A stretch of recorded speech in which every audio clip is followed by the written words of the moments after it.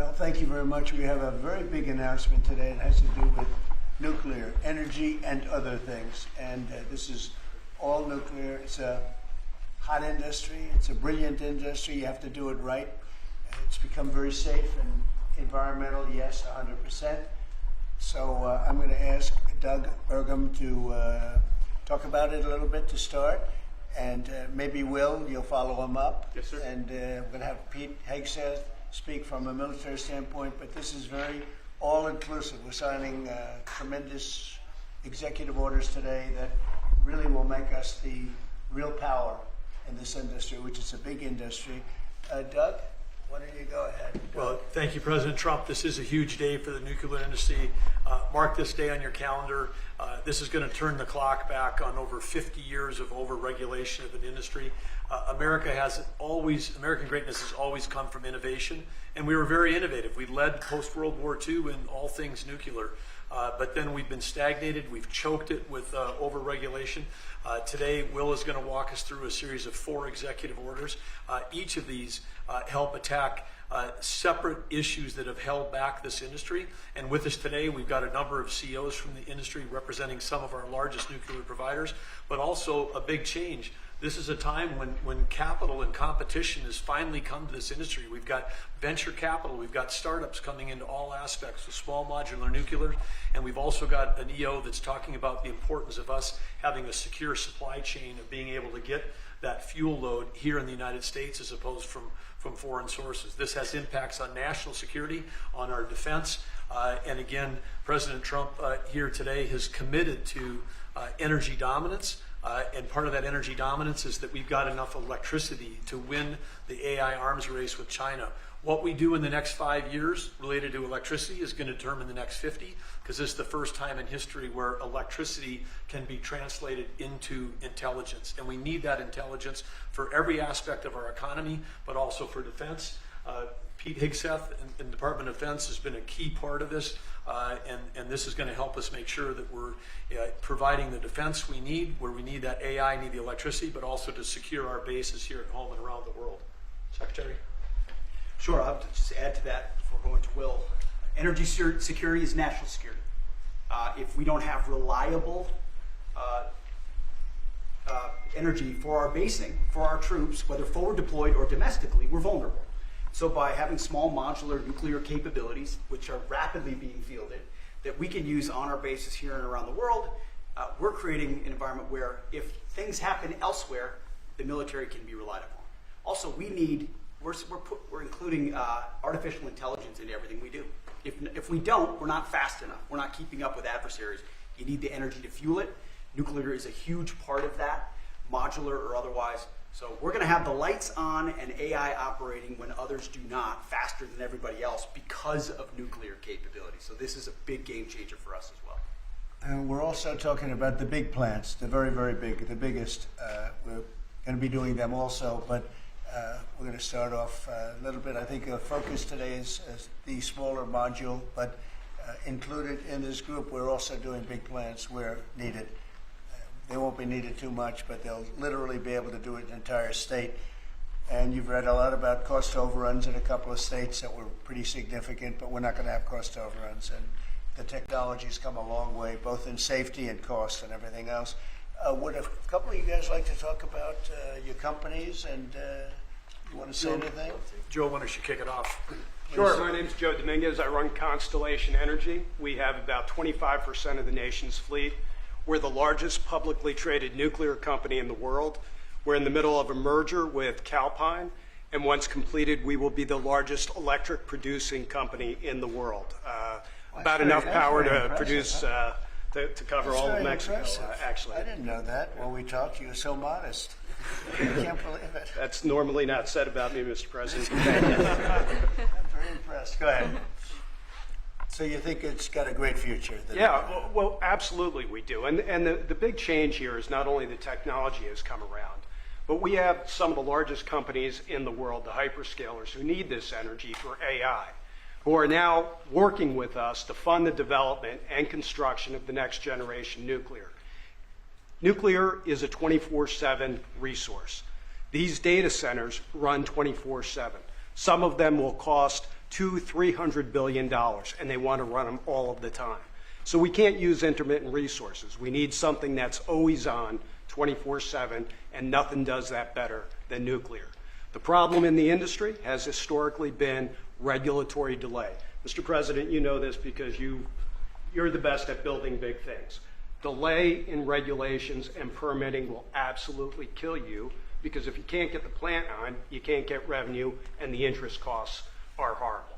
We're wasting too much time on permitting, and we're answering silly questions, not the important ones.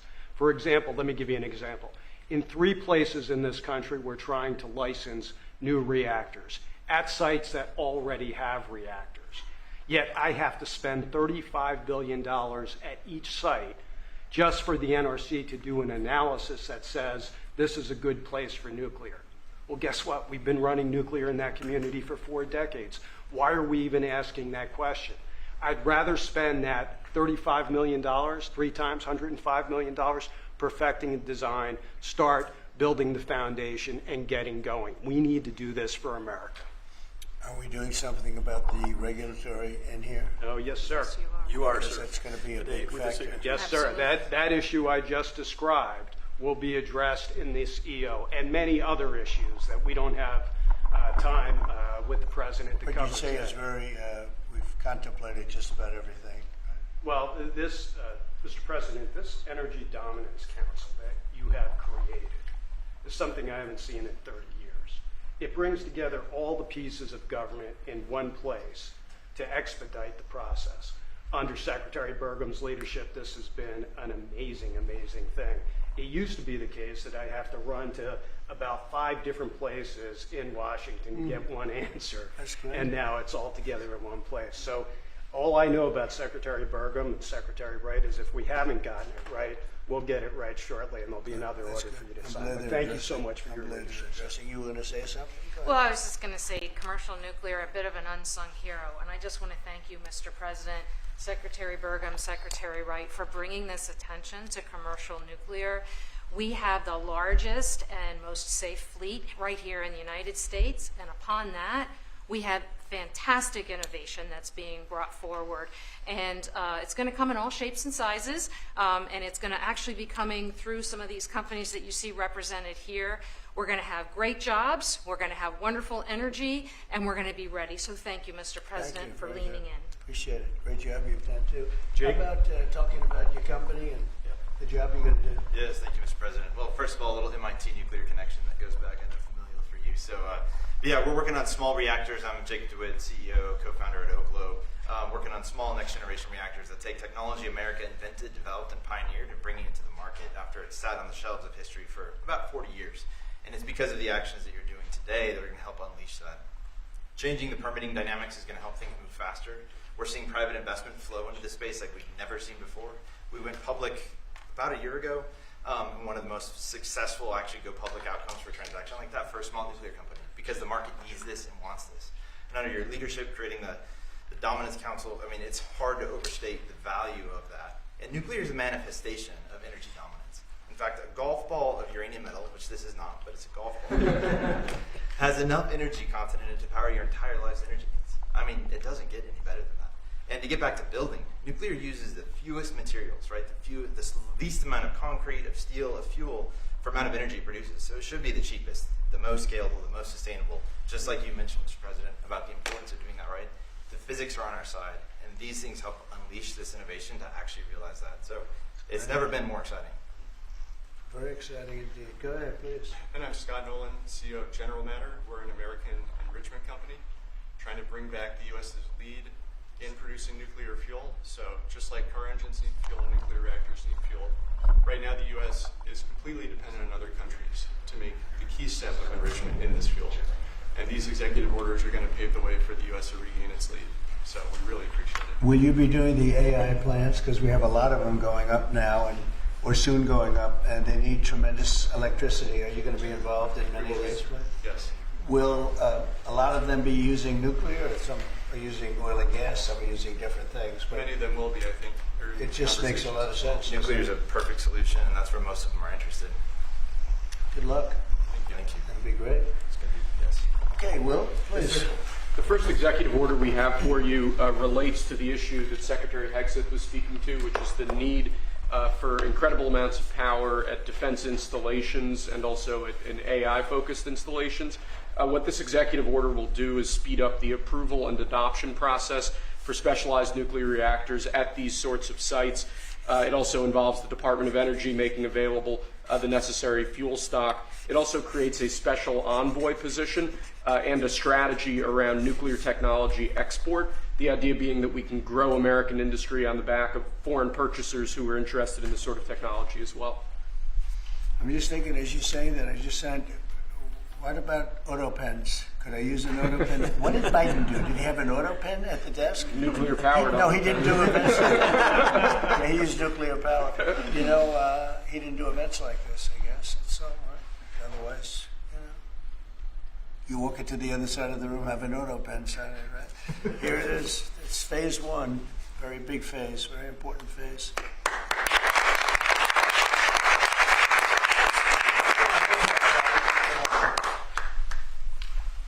Sir, this next executive order is intended to reform the Nuclear Regulatory Commission. You heard a few of the people here speak about the complex regulatory processes that have really held the nuclear industry back.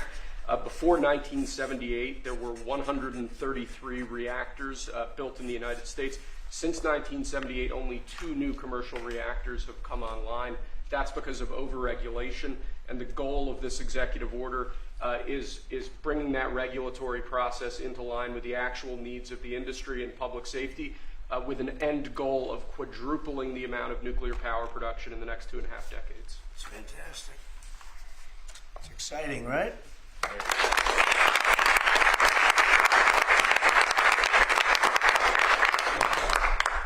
There you go. This next executive order relates to nuclear reactor testing, sir. The degree of overregulation and governmental inaction in this space in particular has had the effect of throttling development of new, highly modernized nuclear reactors that could really revolutionize the field of nuclear power generation. So this executive order, it orders a revised regulatory process to speed this whole process while preserving, obviously, core safety concerns. It also creates a new pilot program with an expectation that we will have 3 new experimental reactors online by July 4th next year. It's amazing. That's exciting.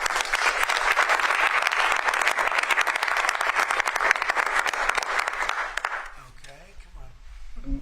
Lastly, sir, we have an executive order on reinvigorating the nuclear industrial base.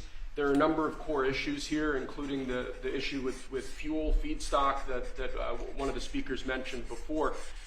This executive order, among other actions, includes an invocation of the Defense Production Act in order to spur a closer collaboration with private industry to ensure that we have the fuel supplies we need for a modernized nuclear energy sector.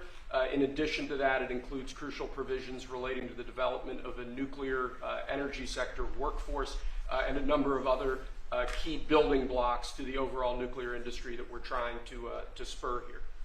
Right. Thank you.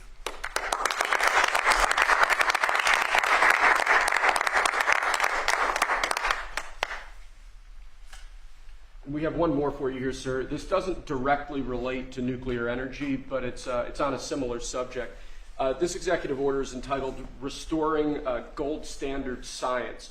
One of the issues that we've had in recent decades is that government policy has been made on the back of junk science. Scientific studies and findings that have included conflicts of interest or scientific misconduct. The purpose of this executive order is to recenter policymaking around gold standard science, scientific efforts that have followed appropriate scientific methods that don't include those sorts of conflicts of interest, and to ensure that when departments and agencies are relying on scientific studies to promulgate rules, to promulgate regulations, that the science that they're relying on is highly reliable and available to the public. He did a very good job, didn't he? He did. How many people here could have done that? I don't know. I think a lot. Thanks. Good job, Will. Thank you, Mr. President.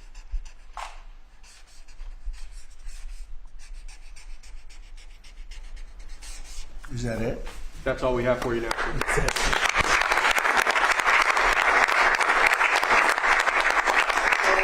you have any questions for these brilliant people? They are brilliant people, actually. Mr. President, on nuclear, sir, a lot of the concern over the years that's helped the nuclear industry back is about safety. Are you satisfied with those safety concerns? Yeah, we are. It's become a very safe, actually it's become very safe, and tremendous work's been done on that, more than anything else, and it's really the automatic shutoffs. There's so many different things that they have now that they would have never had. You know, my uncle was a great nuclear person years ago, and that was a different, if you would have asked that question, probably it would have been a much different answer.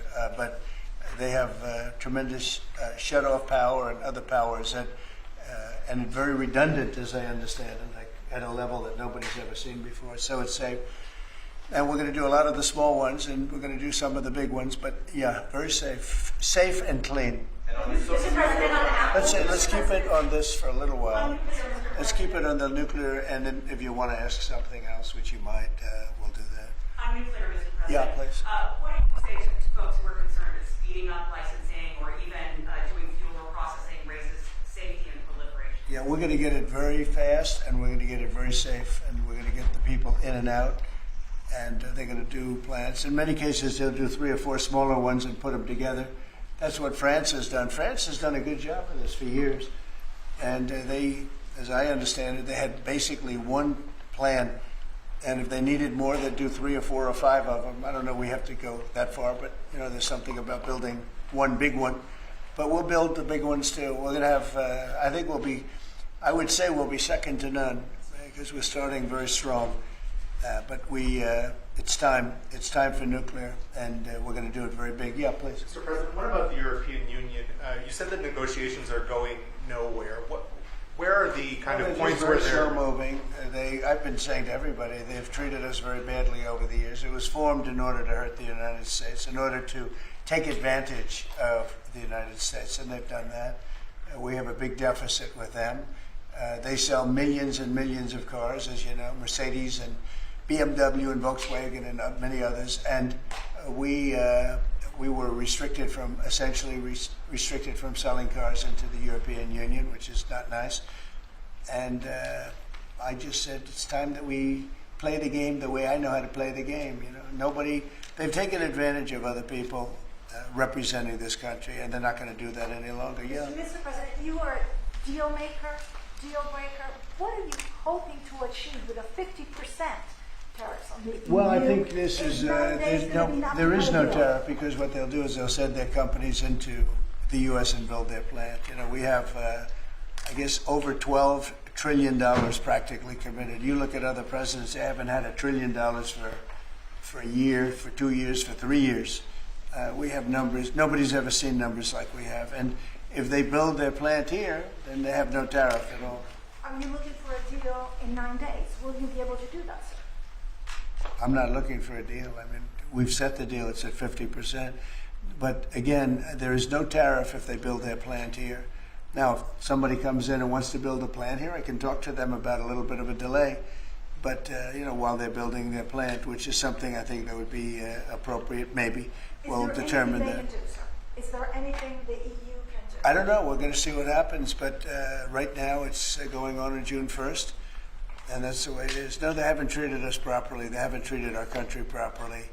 They banded together to take advantage of us. And the people behind me know, because they had some of that with their industry. But generally, you know, we signed a great deal with United Kingdom.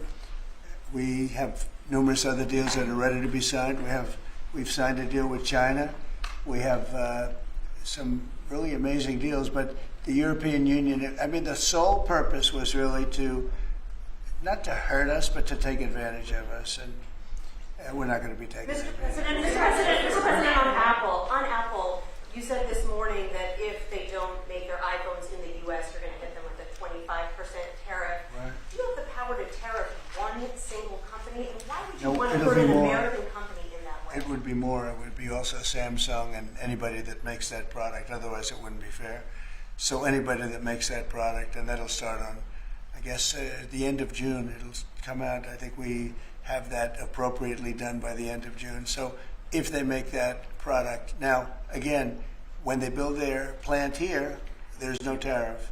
So they're going to be building plants here. But I had an understanding with him that he wouldn't be doing this. He said he's going to India to build plants. I said, that's okay to go to India, but you're not going to sell into here without tariffs. And that's the way it is. Yeah. Well, why would you live in America? What makes you confident, sir, that Apple can build in the United States at a price that American consumers? Oh, they can. No, they can. And a lot of it's so computerized now. These plants are amazing if you look at them, but they can do that. And actually, as you know, Apple's coming in with $500 billion. So are the chip companies. We have all of the chip companies coming in. The biggest, $500 billion, $200 billion, $250 billion they're spending. But we're talking about the iPhone now, and the iPhone. If they're going to sell it in America, I want it to be built in the United States. They're able to do that. When you say that Walmart should eat the cost of the tariffs, is that an acknowledgement that it is U.S. companies that bear the brunt of tariffs, not foreign countries? Sometimes the country will eat it. Sometimes Walmart will eat it, and sometimes there'll be something to pay, something extra. I've always been a fan, and I've always believed. And if you look, take a look at what I did 4 years ago. We had the greatest economy, and we had no inflation. Remember that. We had no inflation, and yet we had hundreds of billions of dollars of tariffs that I put on China, yet we had no inflation. We had no big cost differential. Oftentimes, and I don't like it when a department store, because they'll do a lot of business, but they announce record profits and everything else. They have to take out some of their profits or make a little bit less money. But I don't want the consumer. I don't want the consumer to pay. But why impose tariffs that you know are hurting American businesses? They're not hurting. They're helping because they're creating jobs in America. We're creating tremendous amounts of jobs in America like you've never seen. We're having investment in America. We're not getting ripped off by every country in the world. We've been ripped off by every country in the world. They're making their product. They sell it. They don't give our people the jobs. They make them with other countries' jobs. And we will have something that nobody will ever see again, I think. I think we have a potential to do numbers that we never envisioned in the wildest year. Look at what's happening. 10 to 12 trillion dollars in literally a couple of months. It's nothing like that's ever happened. It's we're doing a very special thing. We want, if they're going to sell it here, generally speaking, not for all products. There's some products we don't want to make. And frankly, we're much better off getting them elsewhere. But for certain products, we want cars. We want to make cars. We don't want to have, and I like Canada very much, but we don't want to have Canada making our cars. We want to make our cars. Oh, it's a phone call. Do you mind? Hello? Okay, it's only a congressman. I'd let you know, actually. Mr. President, are you considering stopping other universities from taking foreign students? It's a different congressman. They're all congratulating us. Yeah, it's lucky it is. Okay, let's go. Are you considering stopping other universities besides Harvard from accepting foreign Well, we're students? taking a look at a lot of things. And as you know, billions of dollars has been paid to Harvard. How ridiculous is that? Billions. And they have $52 billion as an endowment. They have $52 billion. And this country is paying billions and billions of dollars and then gives student loans, and they have to pay back the loans. So Harvard's going to have to change its ways. And so are some others. On that note, a lot of CEOs in the United States, big companies, are for it. What is that going to do? I'm fine with that. No, I'm fine with that. Competitive. No, we want to do that. We're actually going to be doing something in the near future that's going to make it possible for people to come into this country and come in and have a road toward citizenship. And I think it'll be very exciting, but it's too soon to speak. Are you looking at banning students? The best and brightest from around the world to I do. come to Harvard? I do, but a lot of the people need remedial math. Did you see that? Where the students can't add 2 and 2 and they go to Harvard. They want remedial math, and they're going to teach remedial math at Harvard. Now, wait a minute. So why would they get in? How can somebody that can't add or has very basic skills, how do they get into Harvard? Why are they there? And then you see those same people picketing and screaming at the United States and screaming at, they're anti-Semitic or they're something. We don't want troublemakers here. But how do people that can't, when Harvard comes out with a statement that they're going to teach some of their students remedial math. That's basic math.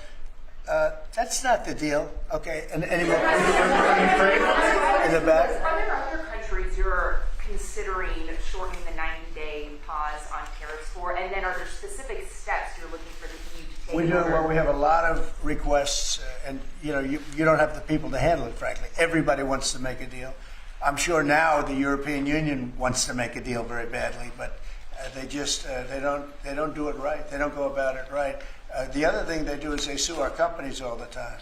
They have suits where their judges, I don't know if they're appointed by them, but they're definitely Europe-centric, and we're not going to stand for it. They won a $17 billion lawsuit for Apple, and I read that case, and that's not a case that should have been won. They're suing other of our companies. They use this as a weapon, but they use it really to raise funds for what they do. It's almost like a fundraising mechanism. So we add that to the fact that they do the non-monetary tariffs and lots of other trading, you would call them trading barriers. They don't take our cars. They don't take our agriculture. They don't take anything, but we take their cars by the millions. And therefore, they have the jobs, they get the money, and we get closed plants. It's not going to happen that way anymore. Thank you very much, everybody. Thank you, press. Thank you, press. Thank you, press. Thank you, press.